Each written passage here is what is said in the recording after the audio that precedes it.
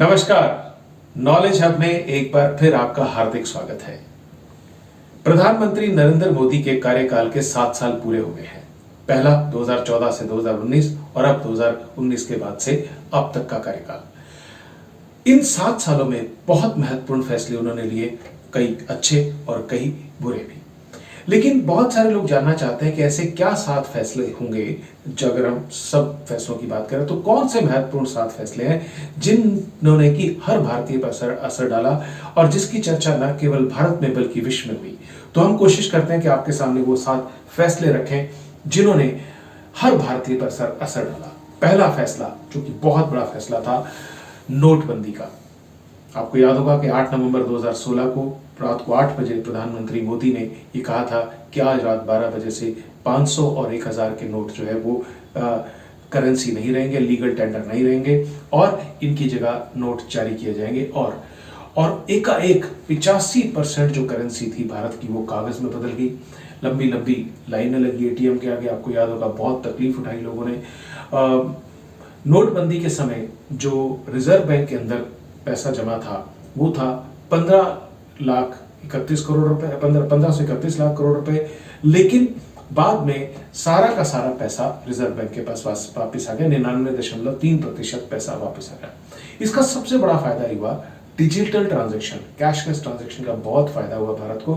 2016 में 1013 करोड़ रुपए की डिजिटल ट्रांजैक्शन हुई थी, जबकि 2018 और 19 में ये बढ़कर 3133 करोड़ रहेगी। और वर्तमान में आप जानते ही हैं कि कितनी अधिक डिजिटल ट्रांजैक्शन हो रही है। लेकिन ये कहा जाए कि इससे काला धन, आतंकवाद, जाली नोट के खिलाफ ये बड़ा हथियार था, ऐसा नहीं था। क्योंकि अगर 99% पैसा वापस आ गया तो काला धन तो काफी सफेद हुआ। इस दौरान में एक और अजीब बात हुई कि स्विस बैंकों में भारत के जो नागरिक थे उनका पैसा 50% बढ़ गया। तो ये फैसला कहीं ठीक था, कहीं गलत। फिर एयर स्ट्राइक और सर्जिकल स्ट्राइक। पहली सर्जिकल स्ट्राइक भारत ने की 28 दिसंबर 2016 को और फिर एयर स्ट्राइक की 26 फरवरी 2019 को। अब पहली बार आजादी के बाद भारत ने दुश्मन की सीमा में घुसकर उसको सबक सिखाया था। आतंकवाद से निपटने का एक बहुत बढ़िया तरीका था ये। इससे मोदी सरकार को बहुत फायदा हुआ। एयर स्ट्राइक से खासतौर से तभी लोकसभा में वो वापस भी आए। और आपको याद दिला दूं कि 1971 के बाद पहली बार भारत के फौजियों ने अंतर्राष्ट्रीय सीमा पार की थी। ये जब बांग्लादेश को आज़ाद कराया था भारत ने, तब अंतर्राष्ट्रीय सीमाएं भारत ने लांघी थी। और ये पहली बार हुआ था कि युद्ध की स्थिति ना होते हुए भी किसी को सबक सिखाने के लिए भारत के फौजियों ने घुसकर वार किया, सर्जिकल स्ट्राइक की और एयर स्ट्राइक की। और इससे एक बहुत बड़ा सबक गया पूरे विश्व में कि भारत जो है वो किसी भी तरह के आतंकवाद के खतरे से निपटने को तैयार है। हालांकि इसका कुछ देशों ने विरोध भी किया, लेकिन कुल मिलाकर ये अच्छा रहा। एक और बड़ा फैसला किया मोदी सरकार ने, GST, goods and services tax. 1 जुलाई 2017 को ये लागू हुआ। दरअसल इससे पहले क्या होता था कि स्टेट सेल टैक्स होते थे, हर स्टेट अपना अपना टैक्स वसूलता था और उसमें बड़ा कंफ्यूजन रहता था। अब क्या है कि पूरे देश में हर चीज पर एक ही दर है। हाँ, एक गड़बड़ है इसमें कि पेट्रोलियम प्राइसेस को राज्यों के विरोध के कारण पेट्रोल और डीजल को बाहर रखा गया है। इसलिए चूंकि अलग अलग राज्य अलग अलग टैक्स वसूलते हैं, तो चंडीगढ़ में पेट्रोल का रेट कुछ और है, राजस्थान में पेट्रोल, जैसे राजस्थान में इस समय 100 रुपए से ऊपर जा चुका है।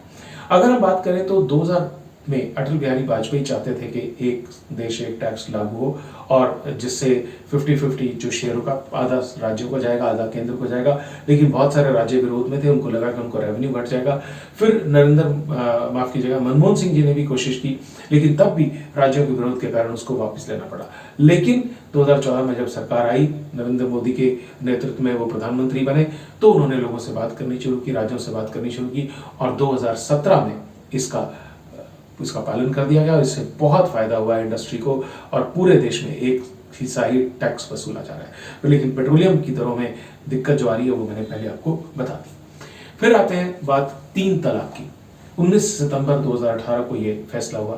केंद्र सरकार ने एक कानून बनाया कि मुस्लिम महिलाओं से जो लोग, पहले क्या एक सिस्टम था कि मुस्लिम्स के अंदर 3 बार तलाक कह दिया तो वो तलाक हो जाता, इसको खत्म कर दिया गया, गैर कानूनी घोषित कर दिया गया और इसके लिए 3 साल की सजा भी हुई।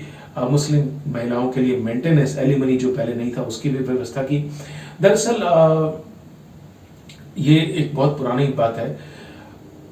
सायरा बानो एक महिला है, रिजवान अहमद से उनकी शादी हुई थी। 15 साल बाद 2016 में उन्होंने 3 बार तलाक कह के संबंध तोड़ लिए। सुप्रीम कोर्ट ने इसमें के खिलाफ में याचिका गई। सुप्रीम कोर्ट ने इसके खिलाफ फैसला सुनाया और सरकार को 3 तलाक के खिलाफ कानून बनाने को कहा। और ये वाकई में एक बहुत सशक्त टूल बना मुस्लिम महिलाओं के लिए, और इससे काफ़ी जो है तलाक के जो वाक़े हैं वो रुके हैं। हालांकि इसमें एक दिक्कत है, कानून में प्रावधान है कि महिला को खुद शिकायत करनी होगी, और बहुत सारी मुस्लिम महिलाएं अनपढ़ हैं, वो इतनी हिम्मत कर नहीं पाती हैं। फिर बात करते हैं 370 हटाएगा, यानी कि जम्मू कश्मीर का जो स्पेशल स्टेटस था 370 वो अनुच्छेद हटा दिया गया। उसको एक स्वतंत्र राज्य से बदलकर और उसको बना दिया गया यूनियन टेरिटरी, यानी कि केंद्र शासित प्रदेश, और 2 हिस्सों में बांट दिया, जम्मू कश्मीर और लद्दाख। और 1948 से ही, जब से राजा हरि सिंह ने भारत में जम्मू कश्मीर को विलय किया था, तब से ही जम्मू कश्मीर भारत का हिस्सा होने के बाद भी हमेशा अलग रहा। उसका संविधान अलग, झंडा अलग, यहाँ तक कि वहाँ पे राइट टू एजुकेशन भी लोगों को नहीं मिल पा रहा था। राज्य में सरकारी नौकरियां भी उन्हीं लोगों को मिलती थी जो वहाँ के डिफाइंड थे, यानी कि यहाँ से जाकर कोई बस नहीं सकता था। और बहुत लंबे समय से पूरे विश्व में, माफ कीजिएगा, पूरे देश में धारा 370 को हटाने की बात की गई थी। हाँ, जम्मू कश्मीर अब भारत का हिस्सा बन चुका है।